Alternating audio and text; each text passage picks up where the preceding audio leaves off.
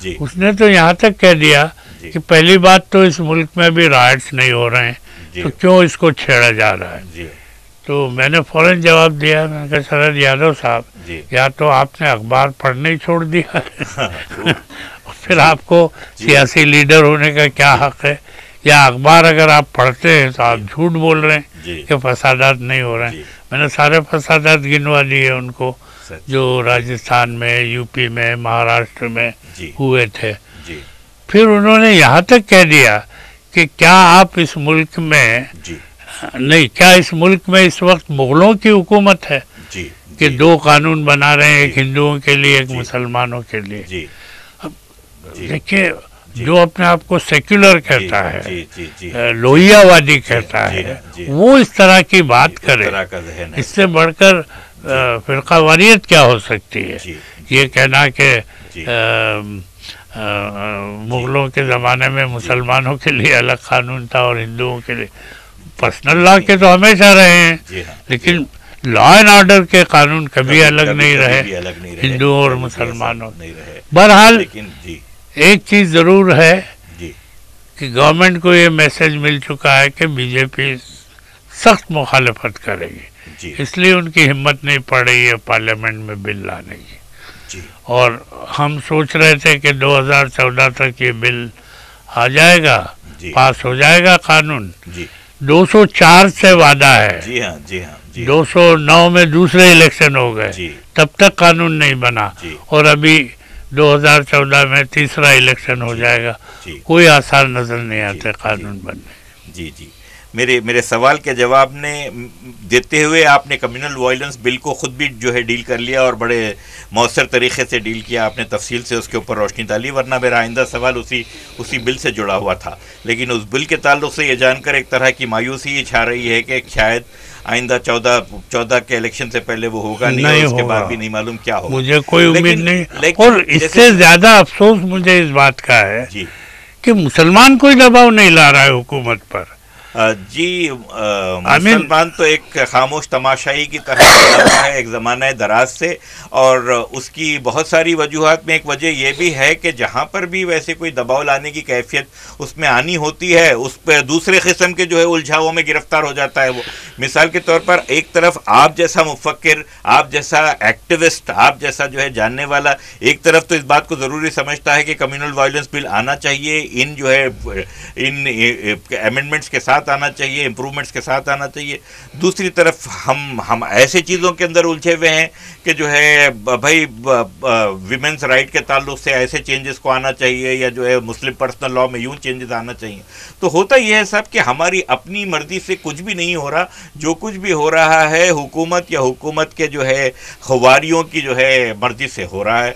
कभी हमारे पे ये बाउंसर फेंक दिया तो कभी हमारे पे वो बाउंसर फेंक दिया, लेकिन कहीं भी हम एक कोशिश करते हैं कि एक अच्छे शहरियों की तरह, एक जो है सुलझे हुए तबके की तरह हम प्रोटेस्ट भी करें तो जो है शाइस्ता तरीके से करें, आप जैसे लोग हमारी नुमाइंदगी करके वो करें। लेकिन अगर उसको कबूल नहीं किया जा रहा है तो मैं आपके पहले जवाब की तरफ आना चाह रहा हूं कि आप ये कह रहे थे कि केजरीवाल वगैरह ऐसे लोगों के साथ मिले हुए हैं जो फिरकावारियत को बढ़ावा देते हैं, उनकी मदद हो रही है केजरीवाल से।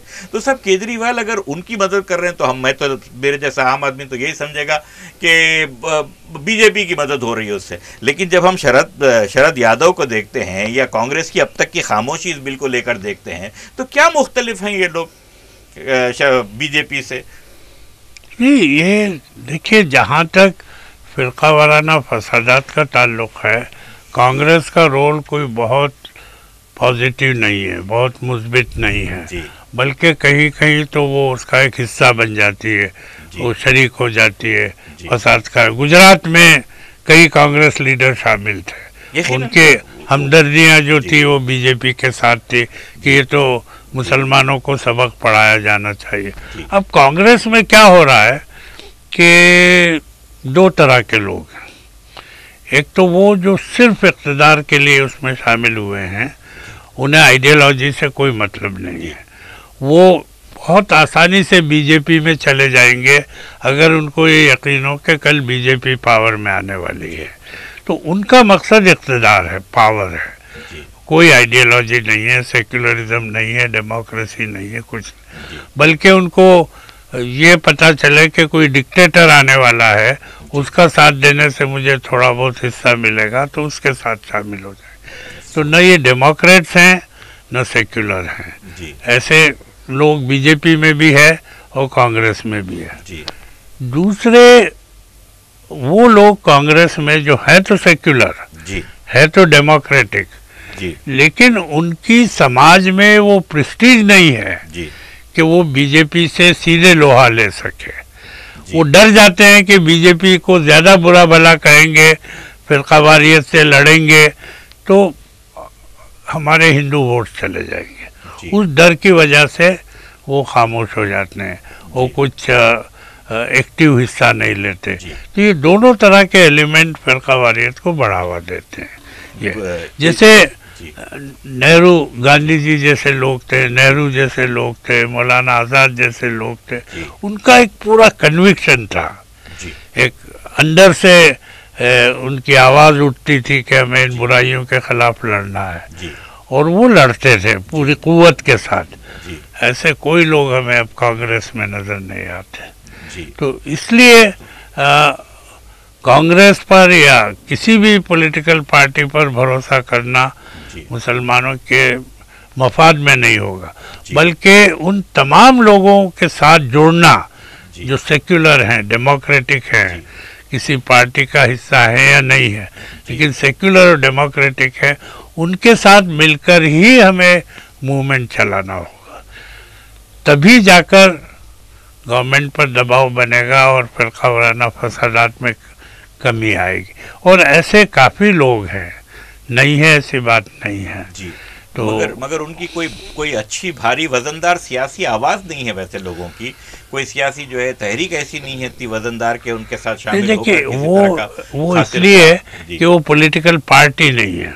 देखिए लालू प्रसाद यादव, बहुत सी चीज़ों में हम उनकी मुखालफत कर सकते हैं, लेकिन एक बार उसने दिखा दिया कि मैं बिहार में फसाद नहीं होने दूंगा, और एक सेक्युलर ताकत बनकर उभरा और यादव और मुस्लिम वोटों से वो पावर में आया, और 15 साल तक लगातार उसने फसाद नहीं होने दी। ये बहुत बड़ा अचीवमेंट था, ये मामूली अचीवमेंट नहीं था।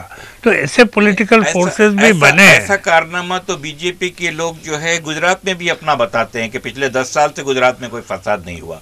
क्या फायदा ऐसे फसाद के नहीं होने से, जहां पर अंदर ही अंदर जो है तबका एक मखसूस तबका दबता ही चला जाए, पसमानदा ही होता चला जाए। मैं आपको बताऊं, गुजरात मायावती के राज में भी फसाद नहीं हुए, लेकिन मुलायम सिंह यादव साहब जो खालिसतन मुस्लिम वोट से आए हैं, उनके आने के बाद से अब तक देखिए कितने कम वक्त में कितने बड़े बड़े फसाद। मैं जवाब देता हूं आपके सब सवालों।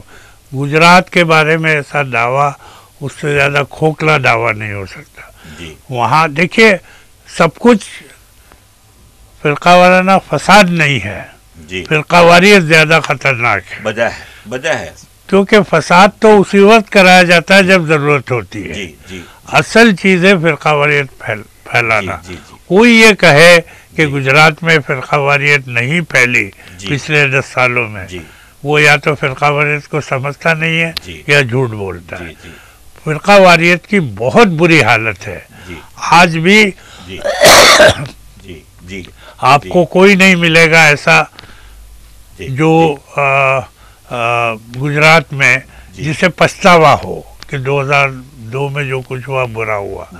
नरेंद्र मोदी ने सद्भावना तहरीक चलाई, लेकिन आज तक ये नहीं कहा मुझे अफसोस है गुजरात में ये हुआ। तो फिरकावारियत तो काफी फैली हुई है गुजरात के अंदर। फसाद इसलिए नहीं हो रहे हैं कि 2002 में जो कुछ हुआ है उसी से वो बाहर नहीं निकल सके हैं, तो और फसाद हो जाएगा तो और उनके लिए मसाइल पेचीदा हो जाएगी। दूसरे मायावती के दौर में और लालू प्रसाद के दौर में एक फर्क है। बिहार में उसने वाकई कंट्रोल करके दिखाया। मायावती के दौर में फसादात हुए हैं यूपी के अंदर, और मुलायम सिंह के दौर में तो अभी पावर में आने के बाद 6-7 फसाद हो गए। तो क्योंकि मुलायम सिंह का बेस सब जानते हैं कि एंटी सोशल एलिमेंट्स में रहा है, वो एंटी मुस्लिम नहीं है, ये सही है, लेकिन उसकी जो बुनियादी ताकत है वो एंटी सोशल एलिमेंट्स।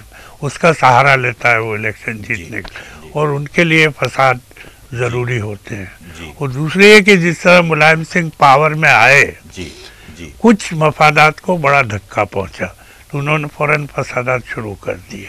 जी, बहुत सही। जी हाँ, तो हर चीज़ सिर्फ मुलायम सिंह या मायावती या लालू यादव के हाथ में भी नहीं होती है, दूसरे वो भी जो है रिएक्टिव हो जाते हैं, होना पड़ता है उनको। सही कह रहे हैं आप हैदराबाद तशरीफ़ लाए हैं और आपका ख़ास मकसद हैदराबाद आने का जो है मुस्लिम पर्सनल लॉ में कुछ चेंजेस या कुछ उसके ऊपर need for a discussion for changes, ये आपका जो है वो है, और उसके बारे में शायद कल एक मीटिंग एक बात साफ कर दूं जी कि हमारा कहीं मकसद पर्सनल लॉ में चेंजेस करना नहीं है जी, उनको कोडिफाई करना है ताकि उनको आर्बिट्ररीली ना अप्लाई किया जा सके, बल्कि एक ख़ास तरीके से उसका एप्लीकेशन हो, उससे जो उसका मिसयूज़ होता है वो बंद हो जाएगा।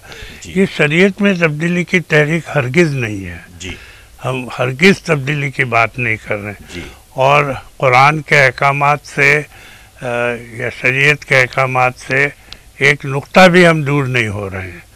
तो ये तो आम तौर पर लोग इस तरह कहने लगते हैं कि कोई शरीयत में तब्दीली हो रही, वो नहीं। आप ड्राफ्ट मुलाहिजा कीजिएगा तो आप देखिएगा कि उसको कैसे एक ज़ाब्ते में लाया जाए, ये कोशिश है, तदवीन कैसे की जाए उसकी।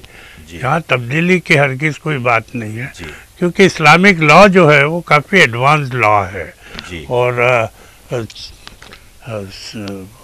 1200-1300 बरस पहले इतना एडवांस लॉ रहा है, लेकिन उसमें बहुत सी खराबियाँ आई, समाज की खराबियाँ उसमें दाखिल हो गई।